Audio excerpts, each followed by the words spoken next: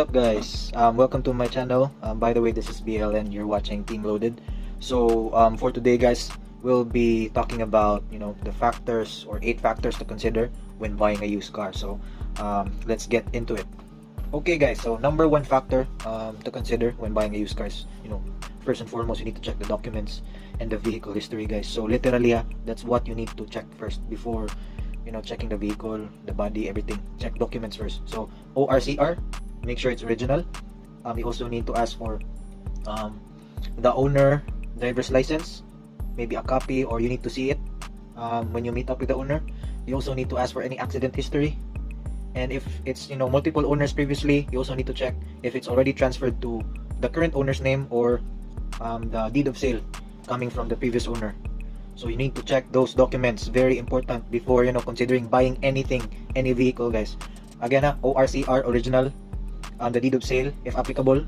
If there's a lot of owners, you need to check that. If it's not transferred yet to the current owner, you need to check deed of sale. Okay, and of course the accident history, you need to ask, of course, if there are any history of accidents, major or minor accidents that you need to know about. So that's very important. Okay, item number 2 or factor number 2 that you need to consider when buying a used car is, of course, rust and paint damage. So it also depends on the age of the car, but you also need to check the rust building up, because wear and tear of the car, especially when you live in some flooded area or near the beach. So car easily gets rusted, even if it's rust proofed by the dealership. Rust easily builds up, so you need to check underneath and top of the car, the paint. So if you notice some bubbling, it's not a lot, that's not a deal breaker. But if you see or notice a lot of bubbling and the car's not that old, so you need to consider, maybe think twice before buying that vehicle. So rust damage is not a joke guys, and it costs a lot to fix those. So you need to consider that number 2 factor as well. And number 3 factor is the frame issues. So you need to check the alignment of your vehicle. You need to see the body, the curves, the lines. You need to see if there's any disalignment. This when you can tell if the car that you want to buy or you're checking had a minor or major accident. Try to check, open the hood, try to check the bumpers. Also the alignment of your wheels, the alignment of your wheels from the chassis to the body, the radiator, the engine. You need to check the alignment of the lamps, the brake lights. So sometimes it has already been fixed and it was not put back correctly, so you can see some gaps guys. So that's a sign that the car has been fixed or maybe went through a repair. So that's also one thing to tell if your car went through an accident. Okay, so number 4, you also need to check under the hood guys. So of course engine, this when you buy a car, I suggest you need to bring someone with you guys, so you can let them rev up the car while you check the engine. So number 1 guys, start the engine. Of course it should be one-click start for modelo nga mga engines, or the new version. Should be one-click start, not hard starting of course. But if it's one-click start, that's a good sign. But you need still to check the engine, and of course you need to be very keen. Start the car, number 1, go to the engine, listen if there's any knocking sound, if there's any squeaking sound. You need to listen. Let someone rev the car for you, and then listen to the engine if there's anything unusual sounding guys, mga knocking sound. When the engine is on idle, try to open the engine oil cover and try to see if there's any showering oil or splashing oil. If it's like a lot of oil splashing, then that's a major issue right away. That's loose compression of the engine. But if it's just a little bit of oil lang splashing around, that's normal. But if it's a lot of splashing, then you need to consider not buying that car anymore. There's a major issue.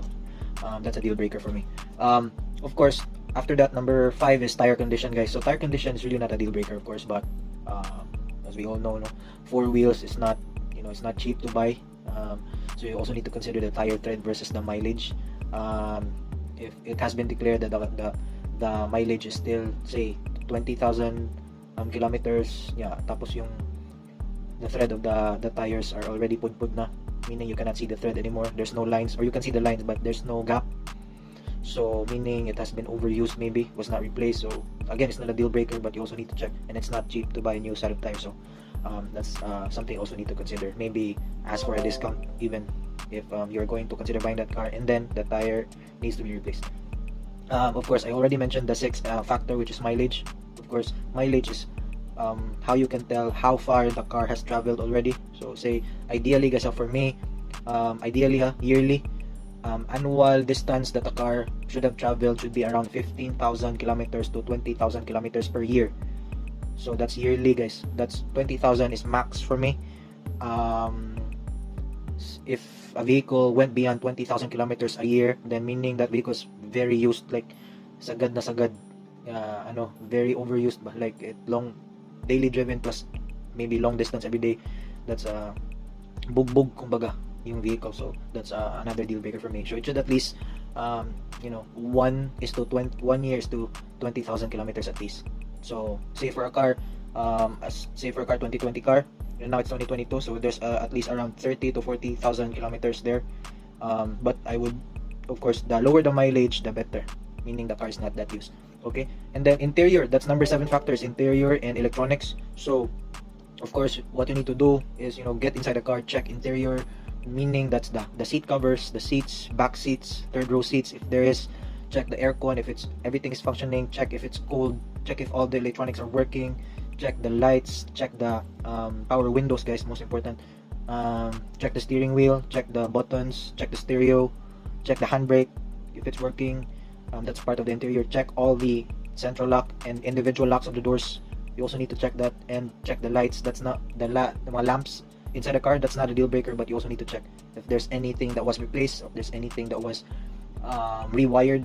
So that warrants a question. So you need to be checking those factors there. But again, that's not a deal breaker, but you can tell if the car is well taken care of by the owner, if the interior is clean, and if it's clean, and most likely it smells good inside. So that's how I can tell based from my experience that it was taken care of by the previous owner. And last item is test drive, guys. So of course, before after considering everything and from your checklist, you need to test drive the car. How to test drive the car for me when I do test drive is number one thing that I do is gradually increase the speed and check if, especially if it's automatic, check if the gears are gearing up and down properly, meaning when you slow down, it gears down properly.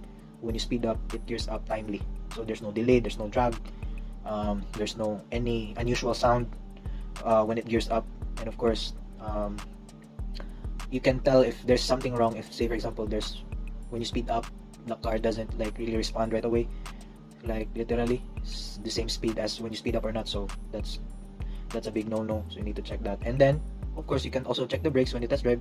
Go like a little fast and then brake, and then check if it's working properly. What else? When you do this test drive, you do the U-turn, you check the wheel alignment. You can tell if you go straight, if the steering wheel is straight. Those are not deal breakers, but those are the things that you also need to check, guys, when you do the test drive. The visibility, the wipers, if there are sensors, you also need to check. If there are backing camera or backup sensors, you also need to check those. The side mirrors, if it's working, if the adjustment is working, if it's automatic, you also need to check that. So yeah, test drive, very important. Alright, okay guys, so those are the 8 things that you need to consider, or factors that you need to consider when buying a used car. So video help you deciding.